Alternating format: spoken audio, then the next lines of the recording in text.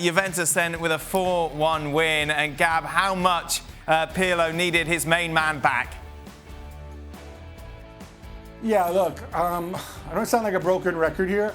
I thought Juve played reasonably well in this game. Obviously, Dybala not playing well today. He's in a bit of a tough spot.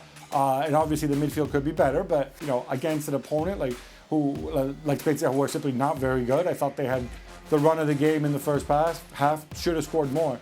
But yeah, when you turn to the bench and you can bring on Cristiano, and then later you bring on Kulusevski, you know that you're just going to keep kicking it up several notches. Yeah, but Gab, you can't say Ronaldo and Kulusevski in the same breath. Ronaldo is the man at Juventus still, proving it today. Yeah, I don't think anybody was questioning that bit. I was simply adding that it's easier for even Cristiano to play when he has a fresh Kulusevski on the pitch with him, especially against an opponent like Spezia who ran themselves into the ground trying to keep up, but then eventually Juve pulled away. And look, I think from Juve's perspective, and Peter, we said this is a work in progress. What's up with Dybala, Gab? They are progressing. Look, he has a lot of options up front, and I think Dybala is not necessarily, this is the luxury Juve have. You don't have to build a team around Dybala, which means that if he has a poor run of games, as he's had, because he was poor against in midweek against Barcelona as well, then you sit him for a while. This is going to be down to Pirlo's man management, because he has 4 really high-end options, I think, for those front 2 spots. And if you want to say it's actually 3 for 1 spot because one of those spots is going to go to Cristiano, then that's fine too. Gab, you've been consistently quite forgiving of Juve's less than dominant start to the season. Are other people on the same page as you?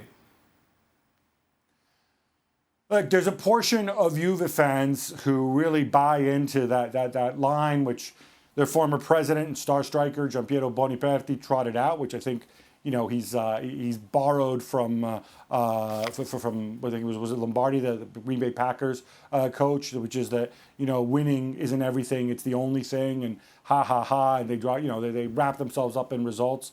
I think the reality is Juventus as a football club, the owners realize that actually the way to win in modern football is by playing well. It's by playing a certain way. It's keeping the ball. It's creating chances. It's perhaps taking more risks, knowing that in the end it's going to work out for you. And this is the seminal change that Pirlo's going to have to drive. And I think there were people that when they draw with Crotone or Verona, they go and say, well, this wouldn't have happened under Allegri. No, under Allegri or under Conte, probably would have been different. Maybe Morata would have fallen in the box. You would have gotten a penalty in the 95th minute. The game has moved on. This is a different setting. So I think it's fair to criticize when they play badly, like they did against Barcelona. In other ones, when they're still learning and growing, and they're playing well, but maybe not scoring 3 or 4 goals.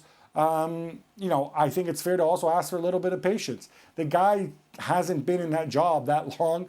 Many of these players are new. It's a completely new way of playing.